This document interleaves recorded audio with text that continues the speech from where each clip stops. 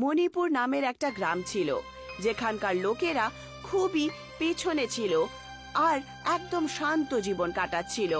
যদি কারোর বাড়িতে সাইকেল চলে আসে তাহলে তারা পুরো গ্রামকে আমন্ত্রণ জানাতো। সেই গ্রামে রামু থাকতো। রামু গ্রামে ছোট্ট মোটো কাজ করে নিজের পরিবার চালাতো। কখনো প্রধানের বাড়িতে কাজ করত, কখনো লাকড়ি কাটার কাজ করত, আর ওগুলো বিক্রি করে একটু টাকা রোজগার করত। জঙ্গলে কাঠ কাটাটা তো এখন খুব কঠিন হয়ে দাঁড়িয়েছে।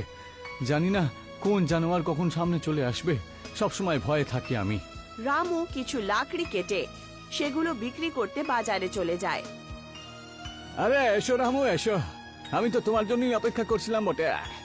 আমার অপেক্ষা? সেটা কেন করছিলে? কি হয়েছে বলো তো? এই কার্ডগুলো নাও আর আমাকে পয়সা দিয়ে আমাকে ছাড়ো তো বাবা। আরে প্রধান মশাই তোমাকে ওনার বাড়িতে কাজ করার জন্য ডাকছে, বুঝলে তো? আর বলছিল যে পুরনো হিসাব সবকিছু মিটিয়ে দেবেন উনি। কি বলছো তুমি? তুমি এই কার্ডগুলোকে ওজন করে নাও আর আজকের হিসাবটা করে দাও। আমি প্রধান মশাইয়ের বাড়িতে এক্ষুনি চলে যাচ্ছি। রামু সেই লাকড়িওয়ালার থেকে কিছু টাকা নিয়ে নেয় আর প্রধানের বাড়িতে কাজ আর পয়সার লোভে চলে যায়।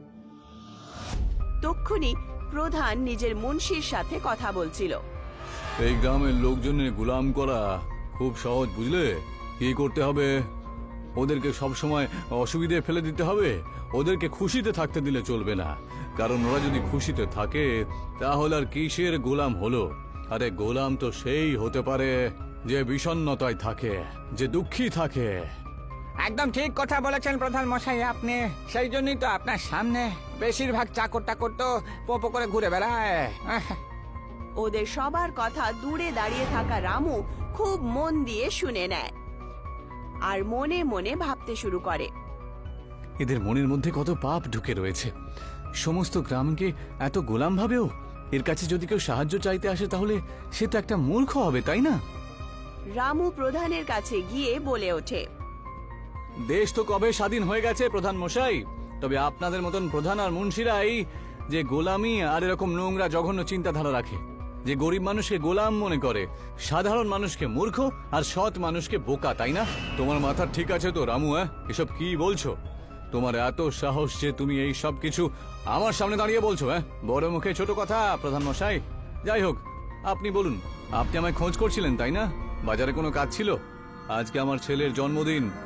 যাও যাও গিয়ে একটা প্যান্ডেল তৈরি করো আর গ্রামের সবাইকে বলে দাও যে আজকে আমার বাড়িতে ভোজ দেওয়া হবে, ঠিক আছে?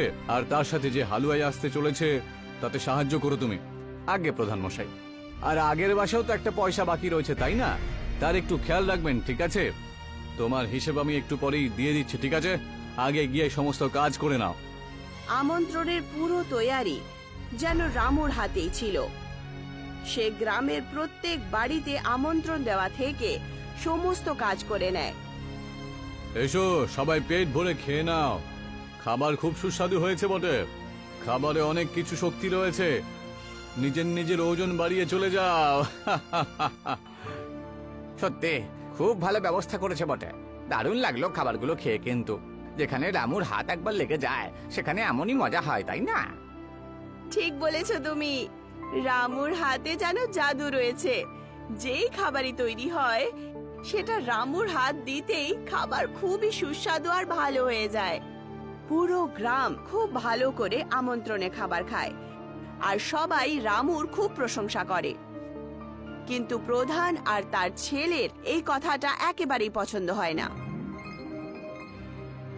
কিন্তু যখন রামু প্রধানের কাছে নিজের টাকা চাইতে চলে যায় তখন প্রধান আর তার ছেলে এই কথাটা একদম পছন্দ করলো না। প্রধান মশাই, সবকিছু খুব ভালোভাবেই তো হয়ে গেল। সমস্ত গ্রামের সবাই ভোজ খেয়ে চলে গেল আর আপনার ছেলের জন্মদিনও তো খুব ভালোভাবে পালন করা হলো। এবার আসুন তো, আমার পয়সাটা আমাকে দিয়ে দিন তো। সবকিছু হলো, কিন্তু কিছু জিনিস ভালো হয়নি বটে। আমার ছেলেকে তো গ্রামের কোনো মানুষ দেখলাম না জন্মদিনের জন্য সংবর্ধনা জানালো। শুধু এলো, খাবার দাবার খেলো আর তোমার প্রশংসা করে এখান থেকে চলে গেল। এরকম আশা তো আমি গ্রামের লোকের কাছে করিনি। আর যদি বলতে হয় তোমার পয়সার কথা, সেটা তুমি নিয়ে যেতে পারো। প্রধান রামুকে টাকা দিয়ে দেয়। রামু ওখান থেকে চলে যায়। মালিক, এটা কি বলুন তো? রামুকে ওর পয়সা আপনি এইভাবে কি করে দিয়ে দিলেন? এটা তো খুবই অন্যায়। সে নিয়ে তুমি চিন্তা করো না। আমি রামুর পেছনে দুজন গুন্ডা লাগিয়ে দিয়েছি বটে। যেই ও জঙ্গলের রাস্তা ধরে বাড়ির জন্য রওনা দেবে না, ওরা দুজন শক্ত করে পাকড়াও করে ধরে রামুর সব পয়সা কেড়ে নেবে। এই চল চল চল, পয়সা বের কর, পয়সা বের কর। পয়সা বের কর, না হলে তোকে শেষ করে দেব। পয়সা বের কর। ওই দুজন গুন্ডাকে দেখে রামু প্রচন্ড ভয় পেয়ে যায়। আগে এই নিন পয়সা, নিয়ে নাও, পয়সা নিয়ে নাও, আর এখান থেকে চলে যাও। আর দয়া করে তোমরা আমায় কিছু করো না। যেই মাত্র গুন্ডারা চলে যায়, রামু প্রচন্ড কাঁদতে শুরু করে। হায় ঈশ্বর, আমি কি ক্ষতি করেছি তোমার? আমার পরিবার কতদিন হয়ে গেল খাইনি, শুধু এই আশাতে যে আমি কিছু পয়সা রোজগার করে তাদের পেটটা ভরে দেব।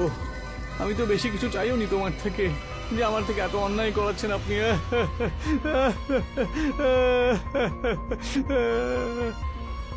রামুর কাদার আওয়াজ শুনে জঙ্গল থেকে অনেকগুলো জানোয়ার এদিক ওদিক পালাতে শুরু করে। ওদের মধ্যে থেকে একটা খরগোশ রামুর সামনে আহত অবস্থায় চলে আসে। আরে এটা আবার কি? এর অবস্থা তো খুবই খারাপ দেখছি আমি। ওর প্রাণ আমাকে বাঁচাতেই হবে, না হলে তো এই খরগোশ নিজের প্রাণ ত্যাগ করবে। রামু সেই খরগোশে সাহায্য করে। যেই মাত্র খরগোশ জ্ঞান ফিরে আসে, খরগোশ রামুকে বলে ওঠে, আরে রামু, তুমি আমাকে চিনলে না? আমি তো তোমারই ছোট্টবেলার বন্ধু। খরগোশের আওয়াজ শুনে রামু প্রচন্ড অবাক হয়ে ওঠে। তুমি কি করে কথা বলতে পারো? এসব হচ্ছেটা কি? তুমি আমার নাম জানলে কি করে? আর আমার ছোটবেলার বন্ধু, এসব কি? এসব তুমি কি বলছো বলো তো? আরে তুমি শান্ত হয়ে যাও, আমি একটা মায়াবী খরগোশ। মনে হয় তোমার মনে পড়ছে না, এই দেখো। সেই মায়াবী খরগোশ নিজের জাদুই শক্তি দিয়ে রামুর ছোট্টবেলার জিনিস দেখিয়ে দেয়। রামুর সামনে তার ছোট্টবেলা দেখতে পায়, যেখানে রামু সেই খরগোশের সাথে খেলা করছিল, তাকে খাবার খাওয়াচ্ছিল আর তাকে জলও খাওয়াচ্ছিল। এটা কি করে হতে পারে? এই বাচ্চাটা তো আমিই বটে। আর আমার যতদূর মনে পড়ছে, আমার বাবা তো আমাকে কোনো জাদুঘরকে বিক্রি করে দিয়েছিল।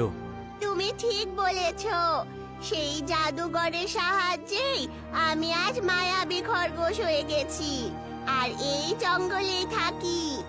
একটা বাঘ আমার উপর আক্রমণ করলো, আমি বাঁচতে বাঁচতে এখানে চলে এলাম আর তুমি আমার প্রাণ বাঁচালে।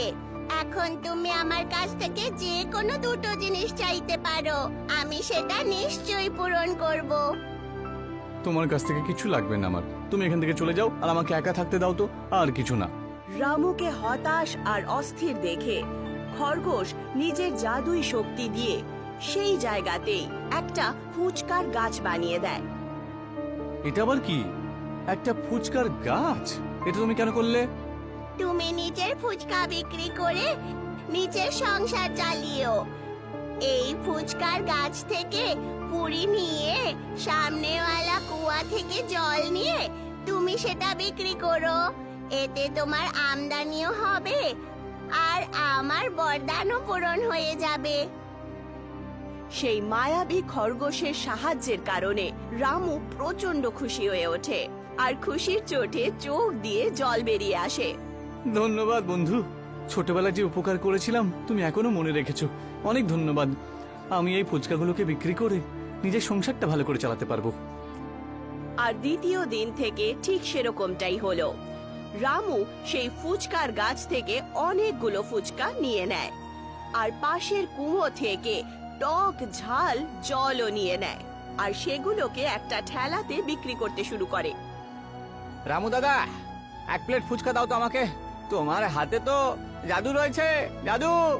হ্যাঁ, আর নয় তো কি, একবারে এক প্লেট ফুচকা কেউ খেতেই পারবে না, ওর মনই ভরবে না। কমপক্ষে 3 প্লেট ফুচকা তো তাকে খেতেই হবে। আরে এ তো সামান্য তোমাদের ভালোবাসা, বুঝলে? আরে আমরা তো শুনেছি যে তুমি তোমার বাড়ি ঠিকঠাক করে নিয়েছো, একদম খুব ভালো কথা, বুঝলে তো? তোমার সংসার এখন খুব ভালোভাবে আর বাড়িটাও বেশ সুন্দর হয়ে গেছে, বুঝলে তো? সবই হরি ঠাকুরের কৃপা। এখন রামু ফুচকা বিক্রি করে নিজের সংসার খুব ভালো করে চালাচ্ছিল। এইভাবেই অনেক মাস কেটে যায়। রামু গ্রামে একটা স্কুটারও কিনে নেয়। সেই স্কুটারের মধ্যে ফুচকা রেখে রামু আর রামুর স্ত্রী সন্ধ্যা দুজনই গ্রামে গ্রামে গিয়ে ফুচকা বিক্রি করার কাজ শুরু করে। এই কথাটা প্রধানের মোটেই পছন্দ হলো না। এই রামুকে একবার দেখো, কালকে একটু ব্যবসা শুরু করেছে আর হঠাৎ করে এত পয়সাওয়ালা হয়ে গেল যে যে গ্রামে একটা সাইকেল ছিল না, সেই গ্রামে রামু স্কুটিতে করে ফুচকা বিক্রি করছে। যদি এইভাবেই চলতে থাকে তাহলে মালিক রামু কয়েক মাসের মধ্যেই তো আপনার থেকে বেশি বড় লোক হয়ে যাবে গিয়ে, আর বেশি সম্মানও পাবে না। তুমি শুধু ওর প্রশংসাই করতে থাকবে নাকি কোনো উপায়ও বলবে আমাকে, যাতে আমি রামুর ব্যবসাটাকে বন্ধ করতে পারি? হ্যাঁ, আরে একটা উপায় রয়েছে বটে। আপনার কি মনে পড়ে আপনার সেই পোষ্য গুন্ডাগুলো, ওদেরকে বলে দিয়ে ওর স্কুটি ফুচকা পুরি ভেঙে দিয়ে আপনি আপনার হিসেবটা ঠিক করে নিতে পারেন, তাই না? যাই বলো না মুন্সি, তুমি কিন্তু সত্যিই শয়তান। এইভাবেই চলতে থাকো, আর এবারে আমিও যাব, বুঝলে? ওর স্কুটি ফুচকা ভাঙা হচ্ছে দেখতে। প্রধান আর মুন্সি রামুর বাড়ির কাছে চলে যায় আর গাছের আড়ালে লুকিয়ে ওই গুন্ডাদের কাজকর্ম দেখতে শুরু করে। যেভাবে গুন্ডারা স্কুটি পানিপুরির গাড়ি ভেঙে দেয়, প্রধান আর মুন্সি প্রচন্ড খুশি হয়ে ওঠেন। কেমন লাগলো বেটা এবার তোমার? কিন্তু এতে ওর খুব বেশি ক্ষতি হবে না, বুঝলে? আরে আমি তো দেখেছি মালিক, যে স্কুটি নিয়ে রামু সবসময় একটা গাছের কাছে যেত, বুঝলেন তো, আর সেখান থেকে স্কুটি ফুচকা নিয়ে বেরিয়ে পড়তো। আমার মনে হচ্ছে ওই জঙ্গলে গেছি একবার, ওই জায়গাটা দেখা উচিত। এটা তুমি আমাকে আগে কেন বলনি? হ্যাঁ, তুমি একটু বেশি করে পেট্রোল নিয়ে নাও, ঠিক আছে? পুরো জঙ্গলটাকে জ্বালিয়ে পুড়ে ছারখার করে দেবো। সাপও মরবে আর লাঠিও ভাঙবে না। হ্যাঁ, প্রধান আর তাদের গুন্ডারা অনেকগুলো পেট্রোল নিয়ে নেয় আর সেই ফুচকার গাছের কাছে চলে যায়। আর ওখানে গিয়ে দেখতে পান যে ফুচকার গাছ রয়েছে, যেখান থেকে রামু পুরি নিয়ে নিত। আচ্ছা, তাহলে এটা হলো আসল ব্যাপার। এবার আমি বুঝতে পেরেছি সবকিছু। এই সমস্ত গাছগুলোকে পেট্রোল ঢেলে পুড়িয়ে দাও তো দেখি। আর সেরকমটাই হলো। প্রধান পুরো জঙ্গলে আগুন লাগিয়ে দেন, কিন্তু একটাও গাছ পুড়লো না। প্রধান, মুন্সি আর দুটো গুন্ডা প্রচন্ড অবাক হয়ে ওঠে। তক্ষুনি প্রধানের একটা লোক দৌড়তে দৌড়তে প্রধানের কাছে এসে বলতে শুরু করে, প্রধান মশাই, প্রধান মশাই, আপনার ফ্যাক্টরিতে আর আপনার বাড়িতে আগুন লেগে গিয়েছে, আর তার উপর আবার আপনার সমস্ত গাড়িগুলোর মধ্যে কেউ ভেঙে দিয়েছে বটে। জানি না কে করলো এইসব। না না, এটা হতে পারে না। এসব তুমি কি কথা বলছো? হ্যাঁ, প্রধান নিজের বাড়িতে গিয়ে দেখে যে তার বাড়ি আর তার ফ্যাক্টরি দুটোই আগুনে পুড়ছিল, যেটা দেখে সে অবাক হয়ে যায় আর জোরে জোরে কাঁদতে শুরু করে। তক্ষুনি ওখানে সমস্ত গ্রামবাসীরা জমা হয়ে যায়, আর তার মধ্যে রামুও ছিল, যাকে দেখে প্রধান লজ্জা ফিল করতে শুরু করে। আমায় ক্ষমা করে দে রামু, এই সব কিছু আমারই কর্মের ফল রে। আমি তোর বাড়ি শেষ করে দেওয়ার জন্য চেষ্টা করি, আর দেখ আমার বাড়ি শেষ হয়ে গেল।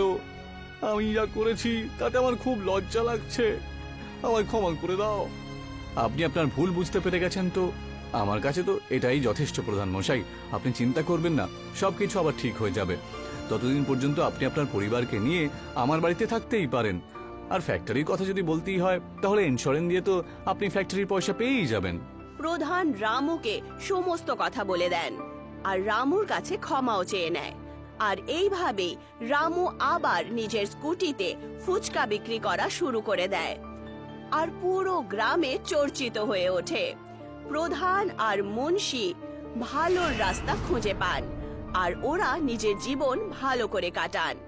রামু নিজের ভালো ব্যবহারের কারণে অনেকগুলো ফুচকা স্কুটিতে বিক্রি করে।